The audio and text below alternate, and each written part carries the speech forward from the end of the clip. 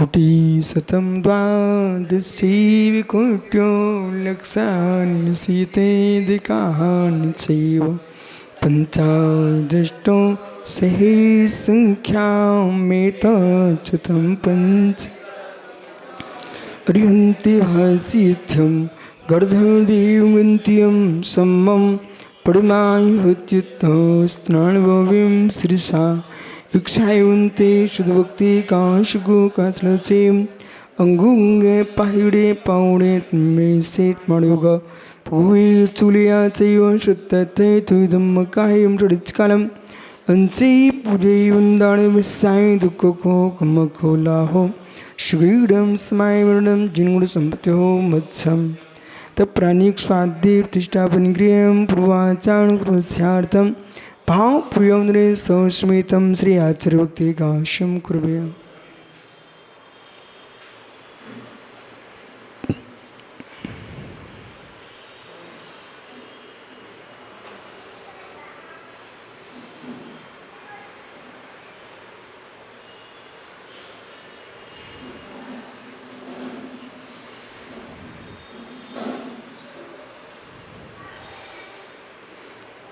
श्रीलपार्गेभ्यः शिवभावनटुमुक्तेभ्यः तपोनिधिभ्यो नूरुभ्यः मग्गे पंचव्याकृतसंदिरसे सस्ताडुगोकुशले धम्मरस्तावन्दे गुरुक्षेमे संसारसारं घोरं छिन्नन्त्यट्टिकम्मं पावन्ति नित्यं मृतमन्त्रो निरता ध्यानाग्निहोत्राकुला छुटकरी माँ विसातपोदिना साधु क्रिया साधिवा शील प्रावरणा गुड़ प्रेरणा चंदार्किते चौधिका मोक्ष द्वार के पाटि पाटि निबिटा पीड़न्तु मां साधिवा गुरुवाः पान्तु नित्यं ज्ञान दर्शनायिका चारित्राण गंभीरा मोक्षमानोगुणी इक्षायुन्ते आर्यव्यक्ति काशुगुकाश्लचे शम्राणे संदंशने समझायुक्तणं पंचाचम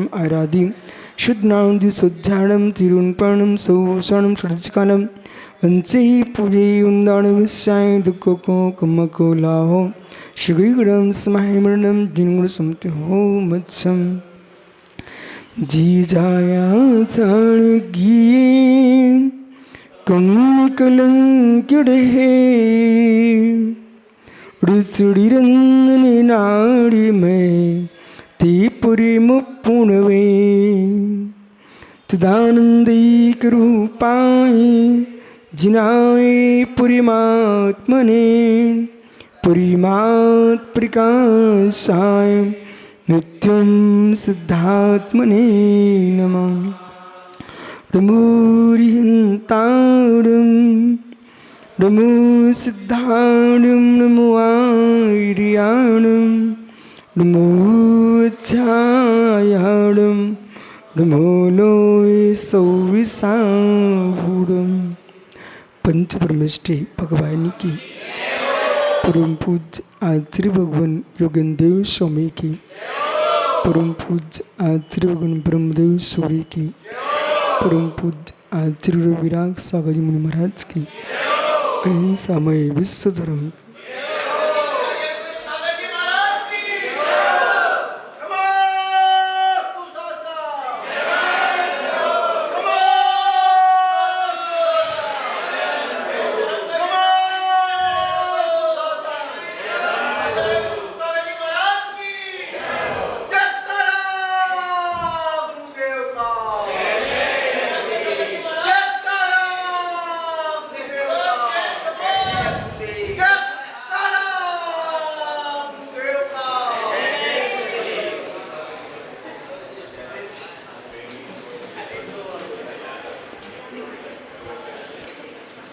बंधु आचार्य प्रवर भगवत योगेंद्र स्वामी ग्रंथराज परमात्म प्रकाश जी में ध्रुव ज्ञानानंद स्वामी भगवान आत्मा के सह स्वरूप का व्याख्यान कर रहे हैं। चेतन पिंड ज्ञान घन टंकूत किण ज्ञान स्वामी भगवान आत्मा अपने सहज रूप में अविराम है। अज्ञ प्राणी इस परम सत्य को नहीं समझता और विमूढ़ होकर के शब्द जाल में, अर्थ जाल में फंस करके आत्म अर्थ से विमुख हो रहा है।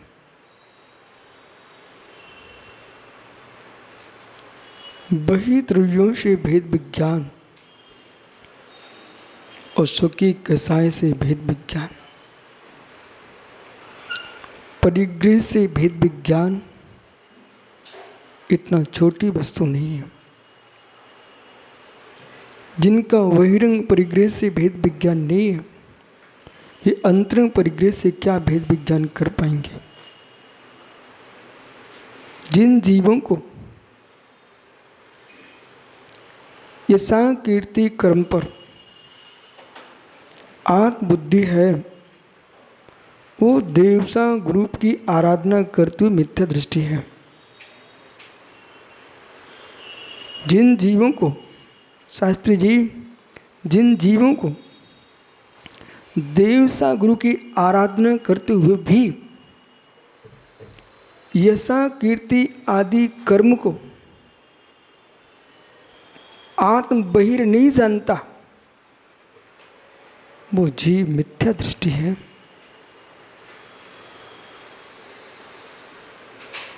संश्रय संबंध सहित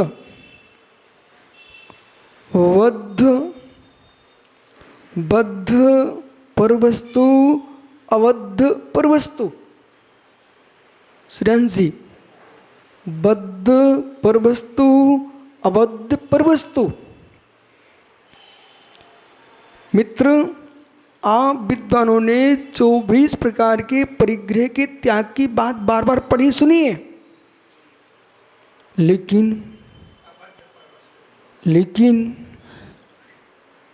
ये 24 प्रकार का जो परिग्रह है, इस 24 प्रकार के परिग्रह के परित्याग का उद्देश्य बद्ध 148 प्रकार के परिग्रह का त्याग करने के लिए 24 प्रकार के परिग्रह का त्याग है।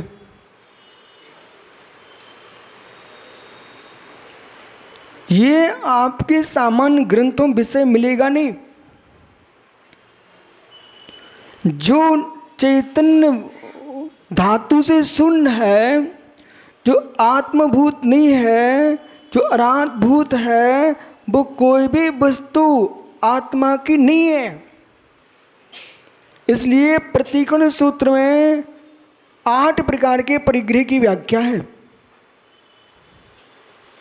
ज्ञानवर्णी, दर्शनवर्णी, वेदनी, मोहिनी, आयु, अंतरा, गोत्री आदि जो कर्म हैं, ये 8 प्रकार के कर्म ये आत्मा का नहीं धर्म। जो आत्मा का धर्म नहीं है वो परवस्तु है। जो परवस्तु है वो परिग्रह है। भेद करेंगे तो 148 हो जाएंगे। संपूर्ण मुनियों का दायित्व है कि आपने 10 प्रकार का बहिरंग परिग्रह, 14 प्रकार का अंतरंग परिग्रह, जो भी तुम छोड़ने के लिए आए हो उसका साध्य क्या है।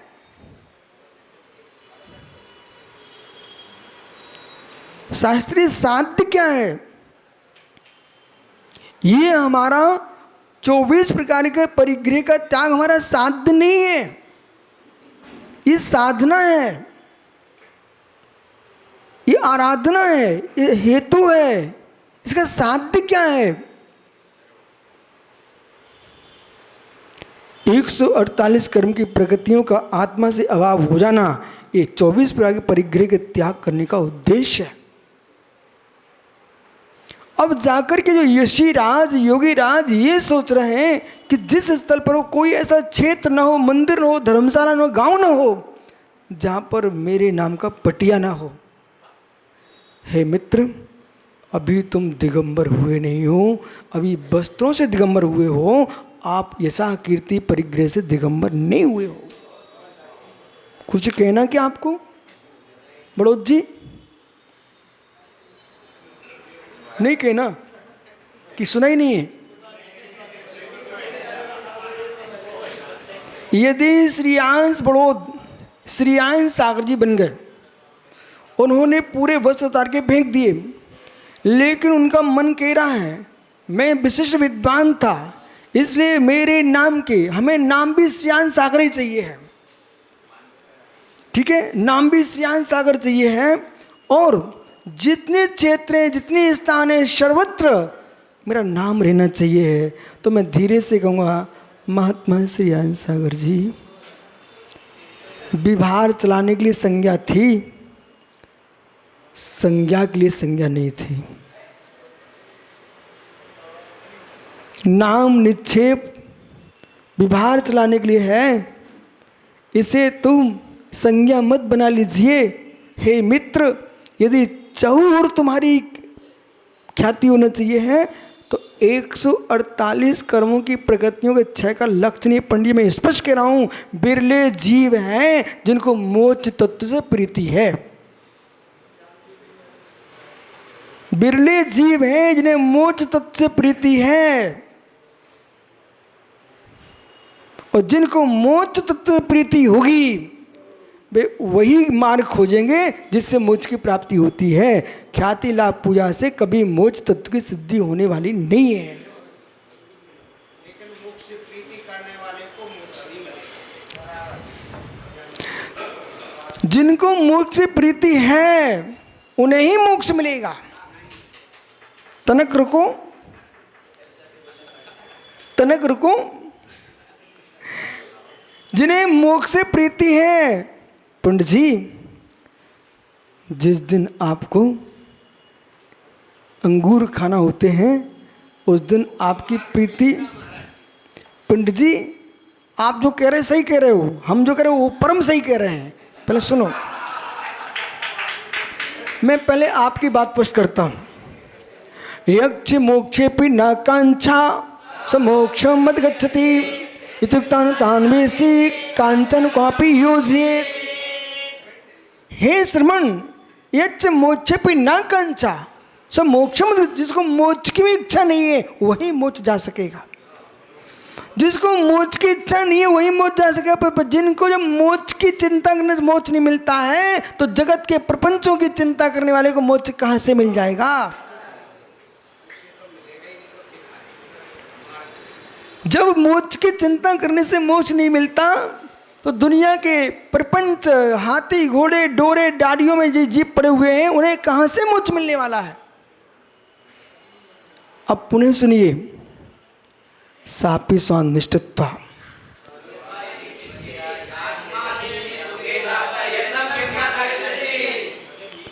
सापि स्वानिष्ठत्वा सुलभा ही चिंतित आत्मा दिने सुकेतात है यत्र हम क्यों नहीं कर सकते। पंडित साहब फिर भी वो चिंता नहीं छोड़ रहा, फिर भी चिंता नहीं छोड़ रहा। मोक्ष की चिंता करना छोड़ दिया उसने। नहीं, मोक्ष की छोड़ी, क्योंकि आपने जैसे विद्वान मिल गए, बोले मोक्ष की चिंता करने वाला मोक्ष जा नहीं सकता। तो वो इतना चतुर निकला, बोले श्रीयांश पंडित जी ने कहा था कि मोक्ष की चिंता करने से मोक्ष मिल नहीं सकता, और चिंता करना हमारे स्वभाव में आ, जो मैं क्या करूं, तो घर की चिंता कर रहा हूं, मोक्ष की चिंता नहीं कर रहा हूं। पंडित सुनो ना, आप विद्वान हैं, आप घूमते हो, लेकिन हमारे जैसा नहीं घूमते हो। आप घूमते हो विमानों में, वाहनों में, वो हम घूमते पैदल पैदल, और सब लोग आपके पास नहीं आ पाते। एक ऐसा जीव मेरे पास आया तो मेरे पे धर्मचंद शास्त्री का नाम बता दिया। बहुत सारे उपद्रव इनके पास जोड़ देता हूँ मैं। वो पंडित जी क्या बोलता है कि अपने धर्म में तो भगवान से कुछ मानूंगा तो मिथ्यात्व में चले जाएंगे। सुनो ध्यान से, इसलिए बीतरा के पास मैं कुछ नहीं मांगता हूं, पर सरागी के पास मांगने जाता हूं। तो ये क्यों ऐसा हुआ? जो माताजी महाराज जी आगम के रहस्यों को जाने बिना एकदम सम्यक की व्याख्या करते हैं, उनने मिथ्यात बढ़ा दिया। पंडित जी देखो ना, मिथ्यात कैसे बढ़ा दिया। जिन देव से कुछ मत मांगो, जिन देव से कुछ मत मांगो, बोले सम्यक में दोष लग जाएगा।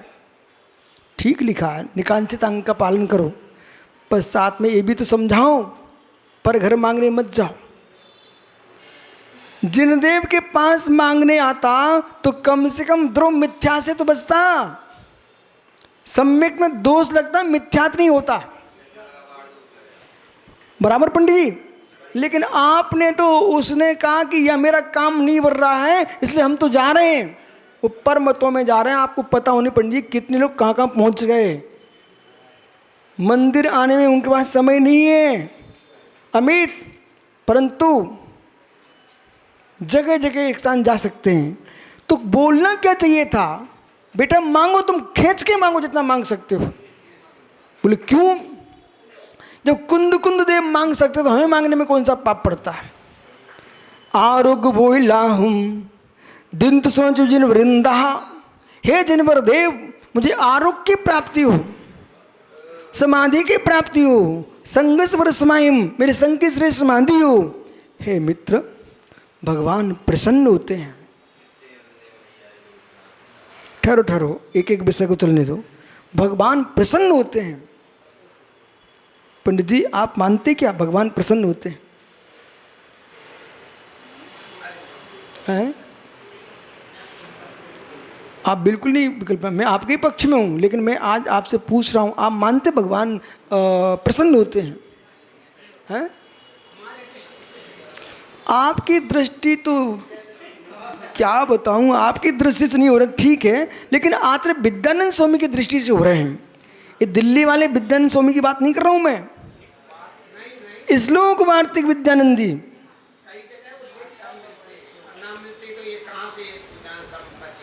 अब ठीक है, अब पहुँच गए, फिर ठीक स्थान पहुँच गए।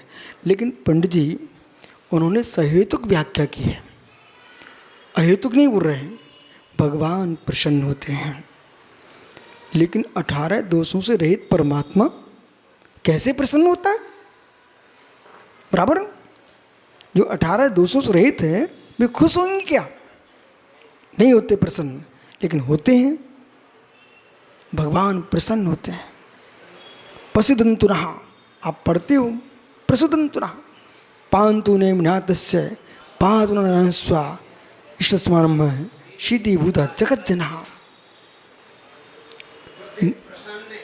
अब मंगलाचरण देखो पंडित जी, आप तो कुछ भी बोलते रहो, अपन चलते हैं। तो पंडित जी आशीर्वादात्मक वंदना, नमस्कारात्मक वंदना, ये वंदना के भेद हैं। और याचना रूप वंदना, याचेयम याचेहम, याचेयम याचेयम पुनपि तामेव तामेव। ओह ओहो, प्रभु मैं याचना करता हूँ।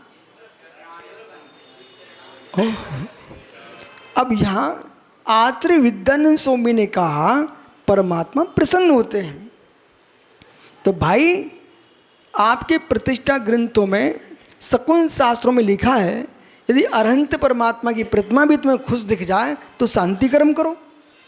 ये तो बैठे सामने आपके, फिर ये शांति कर्म करो भाई, अशुभ हो रहा है। वो यहाँ कह रहे कि भाई प्रसन्न होते प्रभु, बड़ा आनंद का विषय है। बोले प्रसन्न होते हैं, इसमें कोई शंका नहीं है। बोले कैसे होते हैं, तो हेतु समझो कैसे होते हैं। जब पंडित जी घर में कोई चिंता का विषय होता है तो खुटिया खुटिया रोते दिखती है। ये आप अनुभव कर रहे हो। बोलो सुनील भाई, जब कोई टेंशन होता ना, फिर तुम्हें कुछ नहीं दिखता, वही दिखता है। जहाँ भी जाओ मंदिर के भगवान भी तुम्हें रोते दिखाई देते हैं। क्यों? आप रो रहे हो। क्यों आप रो रहे हो? और जब हृदय गदगद होता है, प्रसन्न होता है, तो पंडित जी हर वस्तु आपको खुश नजर आती है। आचार्य विद्यानंद स्वामी लिख रहे हैं कि जब तुम्हारा भक्ति में गदगद होते हो तब प्रभु भी आपको प्रसन्न दिखते हैं। ऐसे प्रसन्न होते हैं, वैसे प्रसन्न नहीं होते हैं। तो मालूम, प्रसन्न होते हैं मतलब आप स्वयं प्रसन्न हो। पंडित जी, आपके अंदर साता का उदय चल रहा है, इसलिए आपको जगह जगह आनंद ही आनंद दिखाई देता है। और जिनका असाता का उदय चल रहा है, ओहो, भगवान महावीर स्वामी अमावस्या के दिन दीपावली बना गए। और मित्र, ऐसे लोग भी होते हैं पूर्णिमा के दिन जिन्हें घर में शोक छाया होता है। तो दो प्रकार की व्याख्या है, स्वनिमित्तिक, परनिमित्तिक। ये परनिमित्तिक की दृष्टि से व्याख्यान है। भगवान प्रसन्न होते हैं, बीतरागी भगवान, बीतरागी भगवान न पूज्यार्थे न बीतरागे न निंदा दान विहांत वीरे। ज्ञानियों, निंदा करने वाले पर नाराज नहीं होते हैं और भक्ति करने वाले पर खुश नहीं होते हैं। वे तो जो है सो है। समन्वद्ध स्वामी कह रहे, ये भी सत्य है। न पूज्यार्थ तो वीतरागे न निंदा नाथ विभांत वीरे तपथापि ते पूर्णगतिर्न पुनः चित्तम दुर्ताम जनेभ्या। हे प्रभु, दुर्त कर्मों को नाश करने के लिए, अपनी आत्मा को पवित्र करने के लिए मैं आपकी स्तुति कर रहा हूं। आइए, लेकिन जब परिग्रह की व्याख्या करेंगे तो पंडित जी ने कहा, अकलंक स्वामी ने कहा, जिसको मोक्ष की भी चिंता नहीं वही मोक्ष जा पाएगा। फिर धीरे से आचार्य महाराज क्या लिखते हैं, जब तेरी चिंता छूट ही नहीं रही है, भोग भोग्या पर लक्ष्य है, तो हे मित्र, सापि स्वानिष्ठत्वा सर्व चिंतित आत्मा दिने सुखेतात यत्रम किम न कृस्ति। जब तुझे चिंता करना ही है तो अपनी आत्मा का चिंतन करो, मोक्ष का चिंतन करो। पंडित धारा ऐसी है, पहले प्रीति पूरक मोक्ष से प्रीति होगी, फिर मोक्ष मार्ग पर चलेगा। और जब मोक्ष मार्ग पर चलते चलते निर्विकल्प ध्यान में जाएगा, फिर मोक्ष की चिंता भी छूट जाएगी, मोक्ष मिल जाएगा। पर जब चिंता ही नहीं की, जब तक प्रीति नहीं हुई, जब तक मोक्ष तत्व पर, तो आप ख्याति लाभ पूजा में डूबे रहेंगे, मोक्ष नहीं पा पाएंगे। योगेंद्र स्वामी यही कह रहे हैं, अहो श्रमणों, तुम तो भीख का भोजन करते हो। अहो श्रमणों, आप तो भीख का आहार लेते हो, तब भी तुम कल्याण नहीं कर पा रहे हो।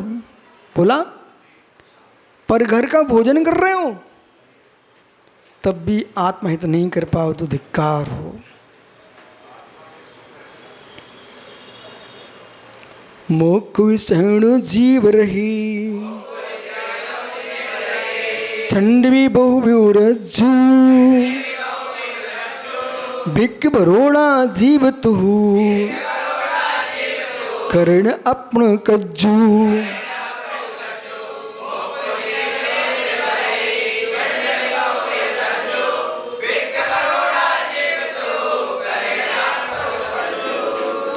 ओहो, मोक्ष साहो वे जीव जिनव रही, मोक्ष एव साधक,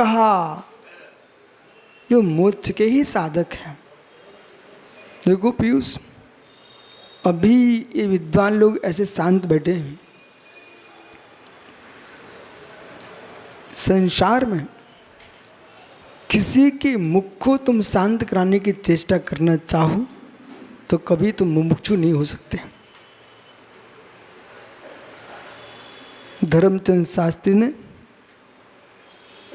विशाल मुनीश्वरनाथ स्वामी की जिनबिंब स्थापना का मन बना लिया है। कितने ऐसे लोग मिलेंगे कि पंडित धन्य हो आपको, कि आपने ऐसा विचार किया कि दीर्घ काल तक जिन प्रतिमा जब तक रहेगी तब जिन शासन जयवंत रहेगा, तो ऐसे भी लोग मिल जाएंगे। क्या ये जीव पड़ा है, कर पाएंगे क्या? पंडित जी, ऐसे सोच वाले लोग भी मिलेंगे आपको, कर पाएंगे क्या?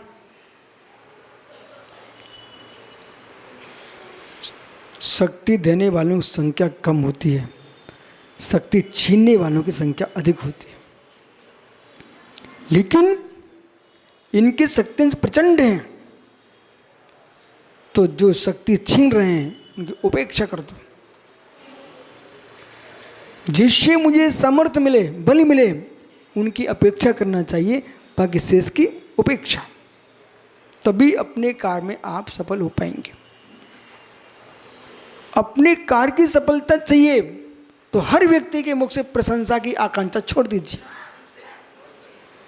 अपने कार्य में हासिल सफलता चाहते हो तो हर व्यक्ति के मुख से प्रशंसा की आकांक्षा छोड़ दो। यदि सारे प्रशंसक हो जाएंगे तो तुम काम अच्छे से नहीं कर पाओगे। कुछ निंदक भी चाहिए जो तुमको शक्ति देंगे, वो उल्टा ना हो पाए। बराबर इसी प्रकार से आप दीक्षा के परिणाम कर रहे हो, तो ऐसे लोग भी मिलेंगे। धन्य हो आप लिए, आप घर द्वार छोड़ करके भगवान बनने जा रहे हो, तो ऐसे लोग भी मिलेंगे। क्या आदमी है, वृद्ध माता पिता को छोड़ करके अपने कर्तव्य से विमुख होकर के ये जा रहे हैं। बस इस बात से पिघल गए तो पीयूष घर फिर से पहुंच जाओगे। दोनों ही मान लो, छोटे बड़े, घर फिर से पहुंच जाओगे बेटा। और जहां ये निर्णय किया है कि मैंने संबंधों में बंद देखा है,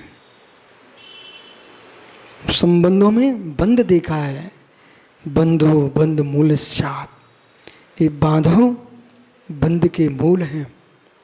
ये कभी नहीं छोड़ेंगे, कभी नहीं छोड़ेंगे। एक बार जेल का जेलर छोड़ सकता है, उसे दया आ जाए, पर घर के जेलर कभी नहीं छोड़ेंगे। पंडित जी अंतिम श्वास भी भर रहा है, ऐसे लोग हैं कि आचार्य महाराज ने कहा इनको समाधि करा दो। वो उनके बच्चे लड़ने आ गए, वो घर ले गए, वो घर पहुंचती अंतिम श्वास निकल गई।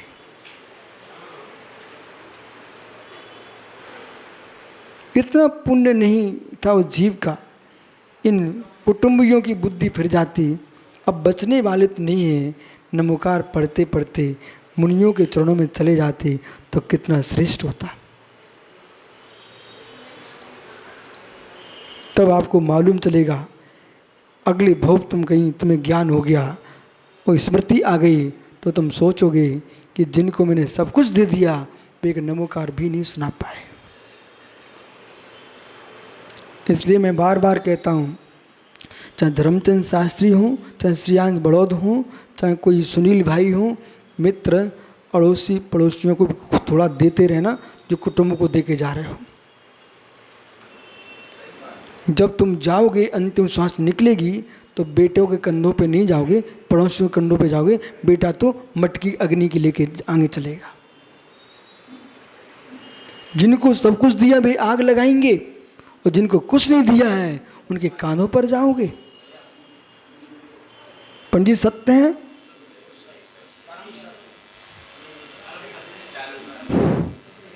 इसलिए ज्ञानी जीव जो है, ज्ञानी जीव जो है रिश्तों के मध्य रहता अवश्य है, पर राग में नहीं रिश्ता। कंधे पे ना जाना पड़े, ऐसा क्या उपाय? उसका एक ही उपाय है, कंधे पर न जाना पड़े, एक ही उपाय है। हे मित्र, 16 कण भावना भाएं और तीर्थंकर प्रकृति का बंद करें, और ये जीव जो है ना निर्वाण को प्राप्त करें, कपूर की भांति उड़ जाए, किसी के कंधों पर नहीं जाए। लेकिन इस पर्याय में तो कंधों पर जाना ही पड़ेगा। गृहस्थों के जाओ चाहे मुनियों के जाओ, भगवती आराधना में एक अलग व्यवस्था है कि जब जंगलों में मुनिराज रहते थे तो वहाँ छोड़ते नहीं थे ऐसे ही। आक्रम बस्तिका में समाधि हुई है ना, तो 4 बलिष्ठ मुनि उनको ले जा करके अपनी और एक चट्टान पर छोड़ के आ जाते थे। जब चट्टान पर छोड़ के आएंगे पंडित जी, तो उसमें बड़ा ज्योतिष देखा जाता था कि इनके जो शरीर के अंग हैं, वो जो पक्षीगण हैं, क्रूर प्राणीगण हैं, ये मस्तिष्क को कहाँ लेके गए हैं, कि गड्ढे में छोड़ा कि और मुझे चट्टान पर ले गए। यदि गड्ढे में छोड़ा है तो दुर्गति हो गई है, और ऊपर चट्टान पर ले गए हैं तो ऊर्ध्वगमन हुआ है। तो ये समाज में जब से साधु रहने लगे हैं, सो अग्नि संस्कार होने लगा है। जब जंगलों में मुनिराज रहते थे तो बस वो तो आरंभ के त्यागी हैं, और मरण अवस्था होते ही अंतर्मुख के अंदर उस शरीर में कितने सारे जीव उत्पन्न हो जाते हैं। इसलिए मुनिराज तो अग्नि संस्कार नहीं कर सकते हैं, यूँ ही छोड़ के आ जाते थे। ऐसा श्री शिवकोटि शिवार स्वामी ने भगवती आराधना में लिखा है, और अमित गति स्वामी ने मरणकंडिका ग्रंथ में लिखा है। आइए अब आइए, मशीन आने से हिंसा नहीं बच जाएगी। कुंद के काल में बसती, मंदिर और धर्मशालाएं बनती थी या नहीं बनती? बहुत बढ़िया प्रश्न है। आचार्य कुंद के काल में मंदिर भी बनते थे और बस्तिकां भी बनती थी, बराबर बनते थे, लेकिन बनवाने वाले श्रावक होते थे। श्रमण पंडित जी सुनिए, श्रमण आज मात्र वो भी अब समाप्ति की ओर है, क्योंकि सुनील भैया चौमासा कराएंगे और एक कमरे में महाराज जी ठहरा देंगे, और एक कमरे में भोजन बनेगा, चौका नहीं बोलो, भोजन बनेगा, और छत पर सो चले जाएंगे। अब वहाँ क्या होगा, ठहरना। सुनो, समझो, विवेक से सुनो। यदि ऐसी व्यवस्था हो चुकी है तो फिर उद्गम उत्पादन ऐष्णा और 4 महादोष, ये 40 दोषों से टाल करके शुद्ध आहार करते मुनिराज।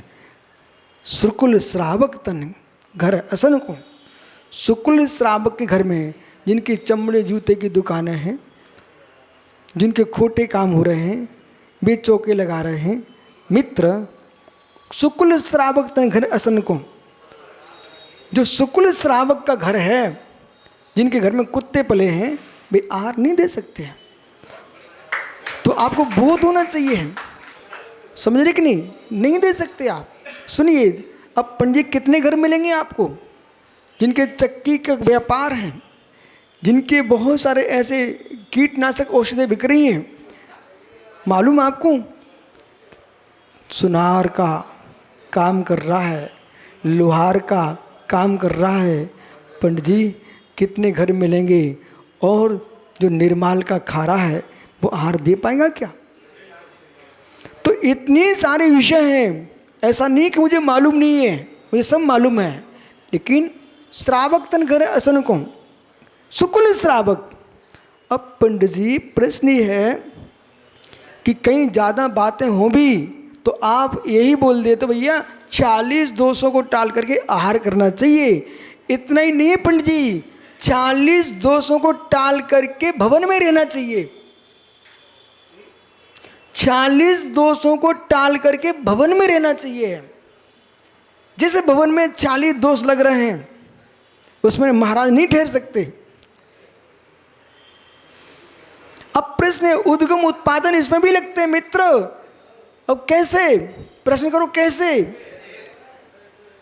सुनील ने एक कमरा बनाया, ठीक, और कहा महाराज जी, विशुद्ध साहब महाराज जी, ये कमरा तो आपके ठहरने के लिए हमने सफाई की है। कमरे के बाहर हो महाराज। बोले कमरे के बाहर? बोले क्यों? आपने इसमें जो हिंसा की है उसमें विशुद्ध सार का निमित्त लगा दिया है, इस कमरे में कैसे ठहर सकते हैं? अब तो तुम अपने ही गृह, अपने ही धाम, अपने उदय बना रहे हो। अब बताइए तुम्हारा उद्गम दोष कैसे टल रहा है? स्वयं बैठ के ईंट देख रहे हो, स्वयं बैठ के दीवार खड़ी कर रहे हो, स्वयं गड्ढा खुदवा रहे हो। अब सोचो आप कहाँ से त्याग हो रहा है तुम्हारा। मैंने एक पुस्तक पढ़ी थी आचार्य शांति सागर महाराज जी के जीवन में कि दक्षिण भारत में एक श्रावक ने मराठी में बोला, वो उसका सार ये था कि कक्ष मैंने आपके लिए साफ किया है। आचार्य महाराज कमरे से तुरंत बाहर हो गए और चबूतरे पे जाके बैठ गए। बोले महाराज ऐसा क्यों किया? बोले बेटा रोटी में ही मात्र दोष नहीं लगता है, स्थान में भी दोष लगता है। स्वीकार पंडित साहब? उद्दिष्ट हो गया। अब आज सही समझ में आइए। अब पंडित सोचो, पहले से है, यदि आपने ऐसा देख लिया और यदि श्री आनंद बड़ोद शास्त्री परिषद का अध्यक्ष है, फिर मालूम बेचारा ऐसे ही जाएगा, ऐसे कर नहीं पाएगा। इसलिए पंडित जी व्यवहार निभाओ। जिनको लोग बहुत श्रेष्ठ समझते हैं, मित्र, बहुत सारे विषय ऐसे हैं ज़्यादा श्रेष्ठ समझने से बहुत सारे उपद्रव वहीं से प्रारंभ हो जाते हैं। बहुत सारे उपद्रव। पहले के महाराज पंडित विहार करते रहते थे, ये महीनों महीनों सालों सालों एक स्थान पर नहीं ठहरते थे। आगम कहता है, और अनियत विहार का अर्थ उल्टा कर दिया गया है। जो आपको सिखाएगा वो अनियत विहार की परिभाषा ही नहीं है। जो हमारे भोला को याद है नीति विहार, वो मूलाचार में लिखी नहीं है वो परिभाषा। ये अनियत विहार का अर्थ क्या करते हैं शास्त्री जी? बोले पिच्छी उठा के भग देना बिना बताएं। ये तो आगम में निषेध लिखा है। पंडित जी सुनिए, मूलाचार प्रदीप में मूलाचार जी में स्पष्ट लिखा हुआ है, जैसे धर्मचंद शास्त्री श्रीयांश बड़ोद के घर में आए तो इनका कर्तव्य है कि बोल के जाएं कि भाई आप देखो अपना, बोलते हैं ना पंडित जी व्यवहार में। तो इसी प्रकार से आगम में लिखा है, यदि चातुर्मास किया है तो 1 महीने पहले से ऐसी भूमिका बना दो कि श्रावक समझ जाए विहार होगा। और अचानक तुम उठ के चले गए तो उनको धक्का लग सकता है, हृदयघात हो सकता है। ये सारे सब जैसा बोल रहा हूँ ना, ज्यों का त्यों लिखा है पंडित जी, लिखा है ना। अब आपको बोल के जाना है। अब अनियत विहार का अर्थ समझिए। अनियत विहार का मतलब है हमारा नियत स्थान नहीं है, न कि न हमारा बड़ौद नियत है, न हमारा निजी मकान दिल्ली में है, न निजी स्थान मेरा है। हमारा नियत नहीं है, समाज का स्थान है, वहाँ जाके ठहर जाना ये अनियत विहार है। न कि मित्र मात्र उठ के चल देना नियत विहार है। गांव में 5 दिन, अब चलिए नगर में 5 दिन, गांव मत बोलो पंडित जी, गांव नहीं बोलना। गांव में 2 दिन, 1 दिन रात, और नगर में 5 दिन। जो छोटा सा गांव है उसमें 1 दिन रात मात्र। बड़ा गांव है उसमें 2 दिन, नगर है उसमें 5 दिन। कोई धार्मिक आवश्यकता पड़ गई है, कोई वासना चल रही है, चातुर्मास है, और कोई धार्मिक अनुष्ठान, उसमें आप लंबे समय तक ठहर सकते हो। 1 मास की वासना, पुनः विहार। लेकिन अगला एक पक्ष पंडित जी और है, कदाचित स्वाध्याय के निमित्त आपको दीर्घ समय तक रुकना पड़े तो उसका रुक सकते, उसका प्रायश्चित भी छोटा ही है। लेकिन राग बढ़ाने के लिए यदि रुके हो, और धार्मिकता स्तर पर मुनिराज का धार्मिक काम मात्र ज्ञान ध्यान तपो रखता, अन्य कोई उनका धार्मिक काम होता नहीं, इस दृष्टि से रुक सकते। लेकिन और रहेंगे कैसे? सूखे ठूंठ के समान। ऐसा नहीं कि जैसे ठूंठा सूखा हुआ ठूंठ इधर से उधर गिरता रहता है, ऐसा मुनिराज नहीं रहते हैं। धनुषाकार एक करवट से विश्राम कर रहे हैं। कदाचित बदलने की जरूरत पड़े, उठ कर के पिछी से मार्जन करें शरीर का भी और उस स्थान का भी, तब करवट बदलें, इतने में नींद ही भंग हो जाएगी। दोनों संप्रदायों में विहार का तो एक जैसे आवश्यक चूड़ी बस इसलिए पंडित जी हमने 10 वैकालिक आवश्यक चूड़ी ये सब हमने देखे, परंतु नंदी सूत्र मेरे पास अभी रखा है। तो ये सब ग्रंथों में जब देखा हमने तो मूलाचार के प्रति अगाध श्रद्धा बढ़ गई। बोले क्यों? क्योंकि आखिर में जो 10 वैकालिक वर्तमान में है उसमें मूलाचार के बाहर कुछ भी ज़्यादा है नहीं है, और जितना बाहर है वो आगम के ही बाहर है। इसलिए आचार्य भगवंत पूज्यपाद स्वामी ने 10 वैकालिक शब्द का प्रयोग किया है सर्वासिद्धि ग्रंथ में। तो दिगंबरों का जो 10 वैकालिक है वो समाप्त हो गया है। एक भी दिन नहीं रह सकते हैं, मठ ही नहीं बना सकते अपना, तो रह कैसे सकते? इसलिए दूसरे के बने मठों में हम आचार्य कर सकते हैं, चौमासा कर सकते, लेकिन स्वयं के मठ बना के नहीं रह सकते। आइए, आगम का प्रश्न किया है, उत्तर आगम से देंगे। यदि धर्मचंद शास्त्री जी ने अष्टापद बना के रखा है वहाँ हम रह सकते हैं, लेकिन अपने नाम का अष्टापद नहीं बनाएंगे। पर ध्यान रखना, बना लो लेकिन छोड़ देना नहीं, सांप बन के बैठने पड़े।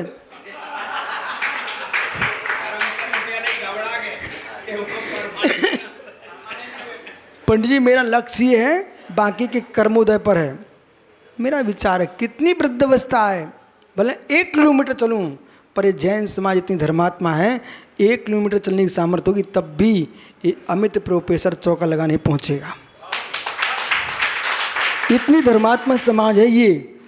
साधु तो व्यर्थ में चिंता में डूबे हैं कि वृद्धावस्था का स्थान बना रहे, वृद्धावस्था। अरे जिनने बनाए हुए वहाँ पहुँच के मर नहीं पाए, इसलिए सब चिंता छोड़ दो। ये जैन समाज पंचम काल की अंतिम सांस तक इन निर्गंत मुनियों की सेवा करेगी। इसलिए ईट चूनों की चिंता छोड़ दो, आप तो शुद्धात्मानुभूति का विचार करो। शुद्धा तत्वम जगदेक सारम, बालक शुद्धा तत्वम जगदेक सारम। एक श्लोक याद किया क्या बेटा? मुक्ता मुक्तिक सुना बेटा, मुक्ता मुक्तिक।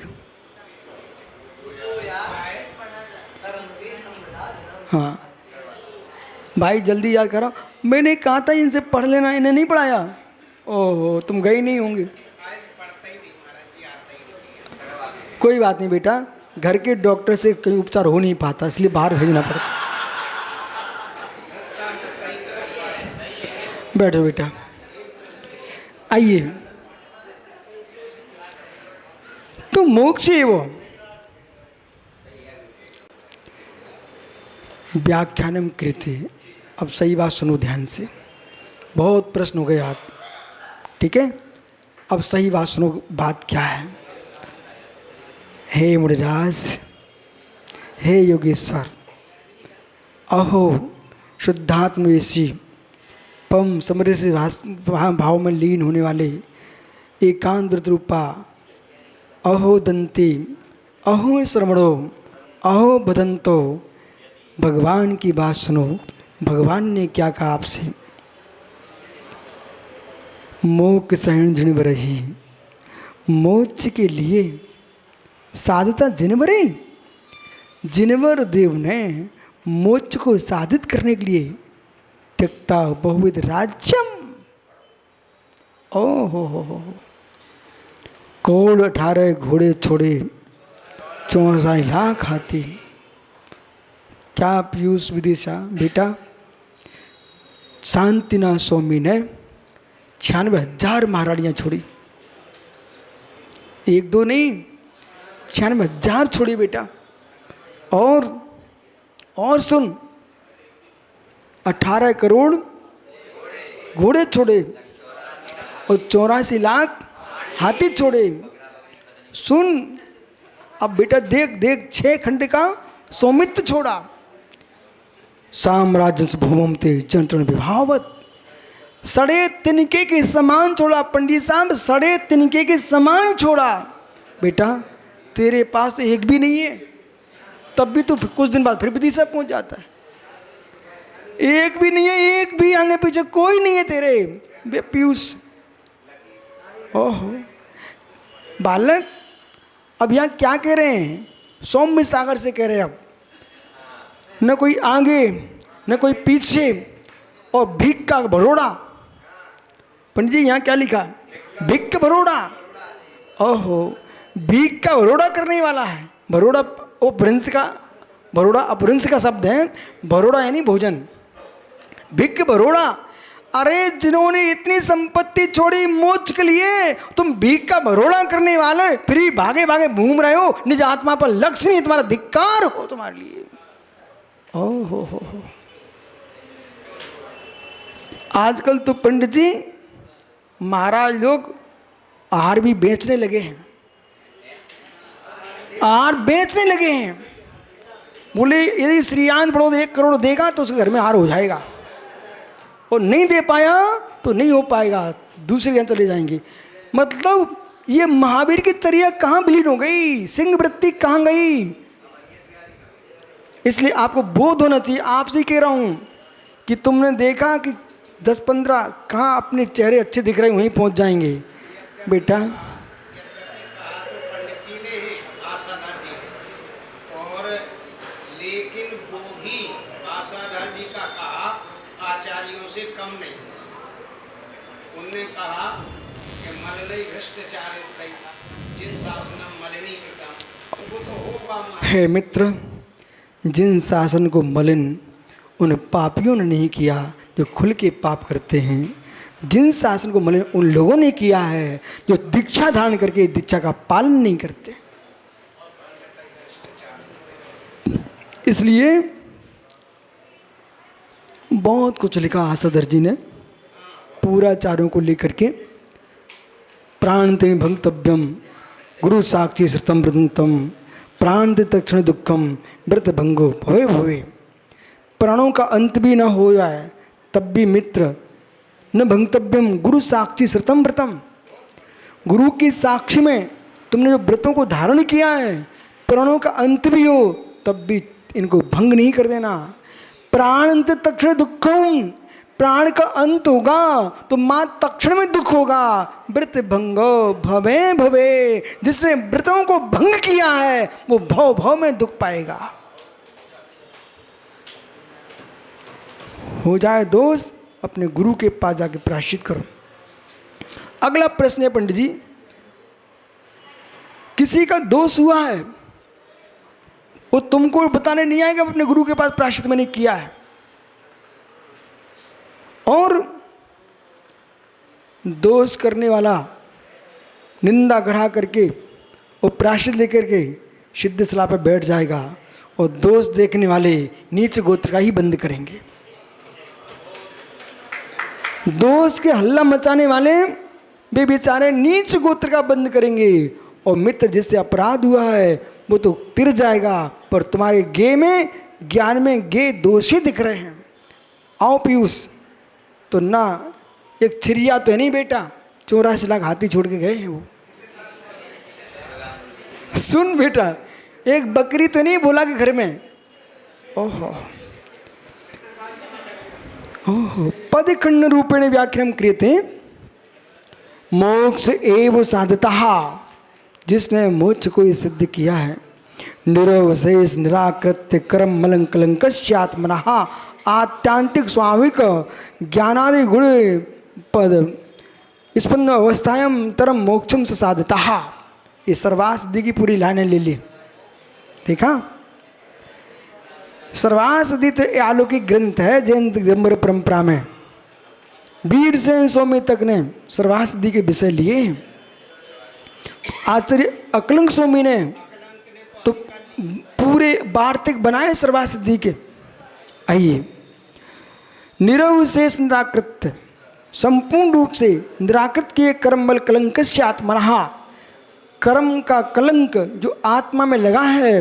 अहो मित्र, तुम कब निष्कलंक होंगे? मत देखो दूसरे के ओहदे के भाव को। शास्त्री जी, यदि आपके सामने कोई जीव घनघोर पाप करते दिख जाए, मैं तब भी भाव खराब नहीं करना। दूसरे के ओहदे के भाव को देख करके हम अपने पारणामिक को क्यों विकृत करें?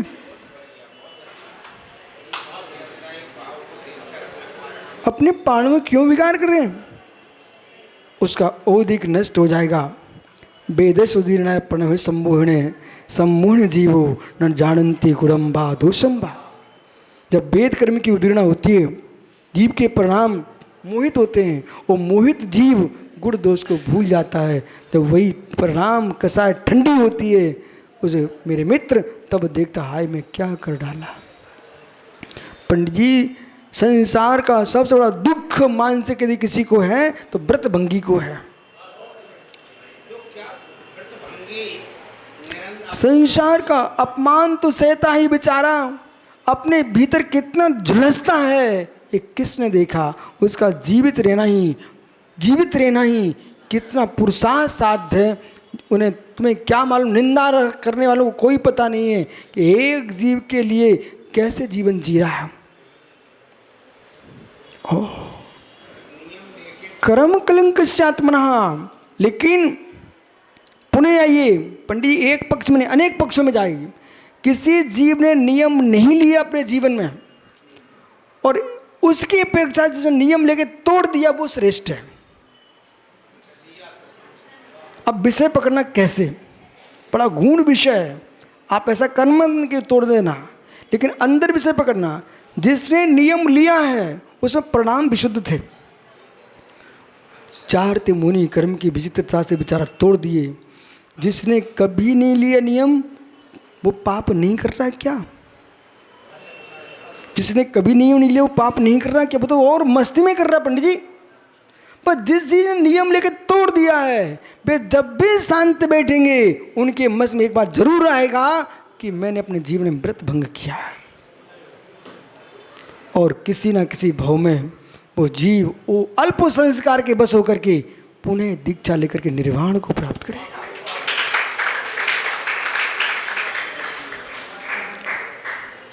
कुछ बातें अंदर की भी बताना चाहिए।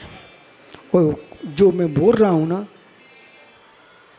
प्रायश्चित शास्त्र सबको पढ़ने का अधिकार नहीं है। आइए, आचार्य लोग देते ही नहीं वो प्रायश्चित चूलिका बाहुबली सागर की मूर्ति करते बहुत कम देते हैं आचार्य विमल। पंडित जी, हर व्यक्ति के हाथ में प्रायश्चित चूल का पकड़ा नहीं देना। नहीं दी मेरे पास भी बहुत ग्रंथ हैं और एक मुनिराज ने हमसे मंगाया, मैंने नहीं दिया मैंने। उनके गुरु महाराज ने जब मंगाया, वे आचार्य थे, तो मैंने दे दिया। क्योंकि ये वो ग्रंथ है कि आप उसका दुरुपयोग कर देंगे और ऐसा दुरुपयोग करेंगे, सोनोग्राफी की मशीन का जो दुरुपयोग हुआ है वो प्रायश्चित चूलिका का हो जाएगा। वो मशीन बनी थी इसलिए कि गर्भस्थ शिशु का रोग देख सके, लेकिन लोगों ने लिंग परीक्षण करके भ्रूण हत्या कर दी। ऐसे ही पंडित जी सब मुनियों को छूट दे दी, ये उसको देखेंगे और मन के दोष करेंगे, मन के प्रायश्चित करेंगे और मालूम चला गुरु को प्रायश्चित देने बैठ जाएंगे और स्वयं भ्रष्ट हो जाएंगे। इसलिए एक ग्रंथ सुरक्षित है, प्रायश्चित शास्त्र, वो किसी को पढ़ना नहीं चाहिए। अनधिकृत चेष्टा कोई करे ना मुनि। लेकिन महाराज जी जब इतने आचार्य बनेंगे तो उनके पास एक से दूसरे के पास आएगा कहाँ से? तो फोटो स्टेट करके छपाने का निषेध किया है, उसे छपाने का निषेध। मुझे भी फोटो छपा दिया है एक आचार्य ने, छपा दिया, मालूम हमको। पूर्व में छप चुके पंडित जी, विद्वानों ने छपाए हैं। मुझे सोलापुर से ग्रंथ प्राप्त हो चुका, इंदौर से ग्रंथ प्राप्त हुए। आइए,